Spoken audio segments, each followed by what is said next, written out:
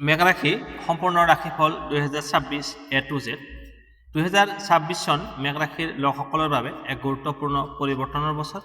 এই বছৰ সাহস, সিদ্ধান্ত, ক্ষমতা আৰু ধৈৰ্যৰ পৰীক্ষা হ'ব।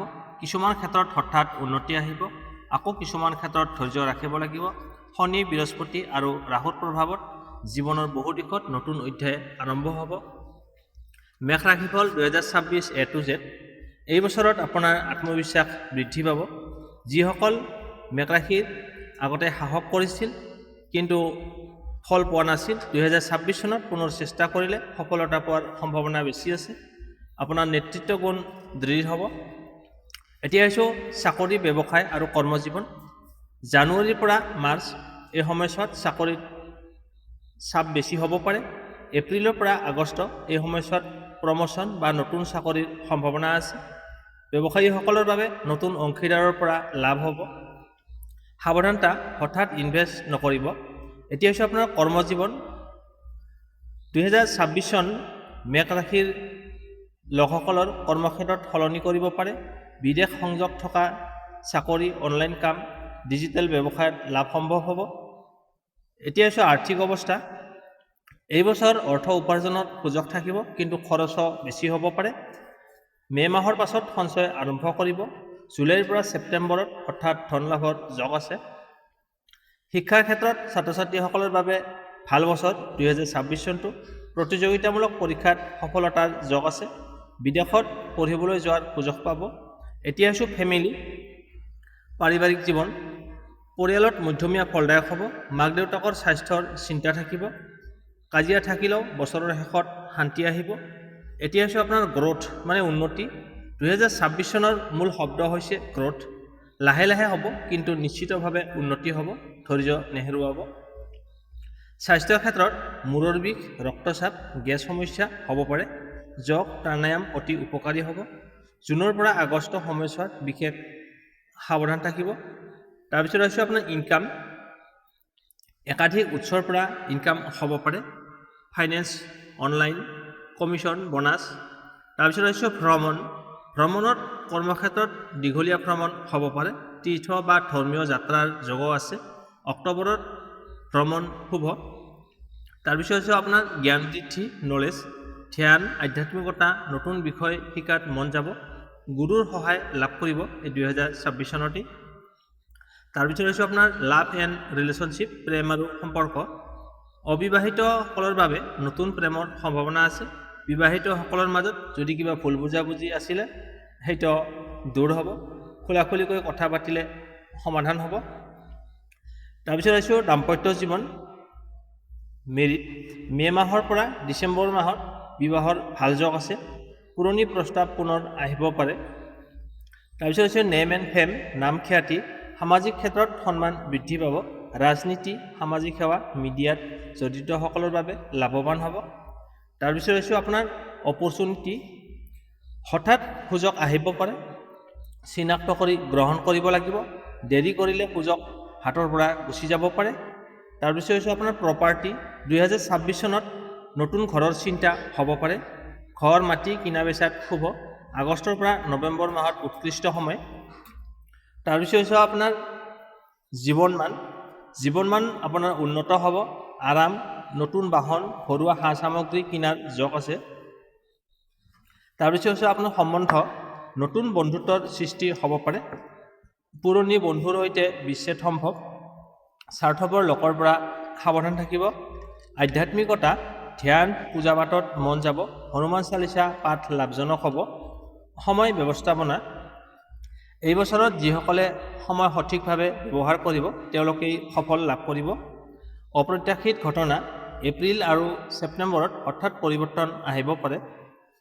শান্ত থাকিব, কিন্তু খৰধৰ নকৰিব। তাৰপিছত হৈছে বাহন। নতুন বাহন কিনাৰ যোগ আছে 2026 চনত, বিশেষকৈ মে'ৰ পৰা জুলাই মাহত। ড্ৰাইভিঙত সাৱধানতা অৱলম্বন কৰক। তাৰপিছত হৈছে আপোনাৰ ৱেল্থ মানে সম্পত্তি। সম্পত্তি বৃদ্ধি হ'ব পাৰে, কিন্তু আইনগত কাগজ পত্ৰ চাব লাগিব। এতিয়া হৈছে আপোনাৰ বিশেষ শক্তি। আপোনাৰ এক্সপেক্টৰ হ'ল সাহস আৰু সিদ্ধান্ত শক্তি। ইয়াকে সদব্যৱহাৰ কৰক। নিজৰ চেষ্টা ভাগ্য সহায় কৰিব, কিন্তু নিজৰ পৰিশ্ৰমেই মুখ্য। শিখৰ সফলতা 2026 চনৰ শেষৰ ফালে মানে নৱেম্বৰ ডিচেম্বৰ জীৱনৰ এক ডাঙৰ সফলতা আহিব পাৰে। উপায়: মঙলবাৰে হনুমান মন্দিৰত প্ৰণাম কৰক, ৰঙা কাপোৰ বা ৰঙা ডালি দান কৰক, ওম অং অংগাৰকায় নম এই মন্ত্ৰটো 108 বাৰ জপ কৰিব।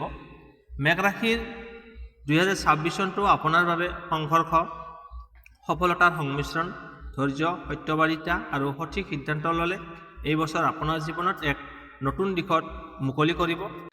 বিশ্বাস ৰাখক, ভাল দিন নিশ্চিত আহিব। এতিয়া আহিছোঁ চাকৰি পোৱাৰ বাবে শক্তিশালী প্ৰতিকাৰ। চাকৰি নোপোৱাকৈ থাকিলে বা চাকৰিত যদি বাধা আহি আছে, তলৰ প্ৰতিকাৰসমূহ বিশ্বাসসহ কৰিলে লাহে লাহে সুফল দেখা পোৱা যায়। প্ৰথম প্ৰতিকাৰটো হ'ল মংগল গ্ৰহ শক্তিশালী কৰাৰ প্ৰতিকাৰ। মঙলবাৰে হনুমান মন্দিৰত গৈ হনুমান চালিচা 1 বাৰ বা 3 বাৰ পাঠ কৰক। হনুমানজীৰ আগত ৰঙা ফুল অৰ্পণ কৰক। মেঘ ৰাশিৰ মূল গ্ৰহ মংগল, এই প্ৰতিকাৰ চাকৰিৰ বাবে অতি ফলপ্ৰসূ। 2 নম্বৰ প্ৰতিকাৰটো হ'ল সূৰ্যদেৱক শক্তিশালী কৰা। গভমেণ্ট জবৰ বাবে ভাল। প্ৰতিদিন ৰাতিপুৱাই সূৰ্য উঠাৰ আগতে গা ধুই তামৰ পাত্ৰত পানী, অলপ গুড় বা ৰঙা ফুল দি সূৰ্যদেৱক অৰ্ঘ্য দিয়ক আৰু ওম সূৰ্যায় নম এই মন্ত্ৰটো 11 বাৰ জপ কৰক। চৰকাৰী চাকৰি বা মান সন্মান বৃদ্ধি পাব। 3 নম্বৰ প্ৰতিকাৰটো হ'ল বৃহস্পতি গ্ৰহৰ উপায়। ভাল সুযোগৰ বাবে বৃহস্পতিবাৰে হালধীয়া কাপোৰ পিন্ধিব, বুটৰ দালি, কলা বা হালধীয়া মিঠাই দান কৰক। ওম বৃহস্পতি নম এই মন্ত্ৰটো 108 বাৰ জপ কৰিব। নতুন সুযোগ, ইণ্টাৰভিউ সফলতাৰ যোগ পাব। তাৰপিছত আহিছোঁ 4 নম্বৰ প্ৰতিকাৰটো হ'ল শনি দোষ থাকিলে চাকৰিত বাধা আহে। শনিবাৰে তেল বা কলা তিল দান কৰক। শনি মন্দিৰত বা হনুমান মন্দিৰ দৰ্শন কৰক। ওম সং শনিশ্বৰায় নম এই মন্ত্ৰটো 108 বাৰ জপ কৰিব। বাধা থাকিলে সেইবিলাক বা দেৰি হৈ থাকিলে চাকৰিত লাহে লাহে আঁতৰি যাব। 5 নম্বৰটো হ'ল ঘৰুৱা সহজ উপায়। ৰাতিপুৱা গা ধোৱাৰ পাছত 5 মিনিট চকু বন্ধ কৰি নিজৰ চাকৰি পাইছে বুলি কল্পনা কৰক। বিশ্বাসসহ প্ৰাৰ্থনা কৰক। মানসিক শক্তি আৰু আত্মবিশ্বাস বৃদ্ধি পাব। 6 নম্বৰটো হ'ল চাকৰি পোৱাৰ মন্ত্ৰ অতি শক্তিশালী। প্ৰতিদিন 21 বাৰ পাঠ কৰিব। ওম শ্ৰী গণেশায় নম এই মন্ত্ৰটো 21 বাৰ প্ৰতিদিনে জপ কৰিব। সকলো বাধা বিঘিনি আঁতৰি যাব। এতিয়া আহিছোঁ গুৰুত্বপূৰ্ণ কথা, একেলগে বহু প্ৰতিকাৰ নকৰিব। অন্ততঃ 40 দিন একে প্ৰতিকাৰ লাগাতাৰ কৰক। অহৎ পথ অৱলম্বন নকৰিব। চাকৰি পোৱা কেৱল ভাগ্য নহয়, চেষ্টা বা বিশ্বাস আৰু সঠিক প্ৰতিকাৰ এই তিনিওটাৰ মিলনে সফলতা আনে। ধৈৰ্য ধৰি থাকক, ভাল সংবাদ আহিব। এয়া আছিল মেঘ ৰাশিৰ 2026 চনৰ সম্পূৰ্ণ ৰাশিফল A to Z। আপোনালোকে শুনি কেনে পালে কমেণ্ট বক্সত জনাব। ভাল পালে লাইক, শ্বেয়াৰ আৰু চেনেলটো ছাবস্ক্ৰাইব কৰিবলৈ নাপাহৰিব। আপোনাৰ বছৰটো শুভ হওক।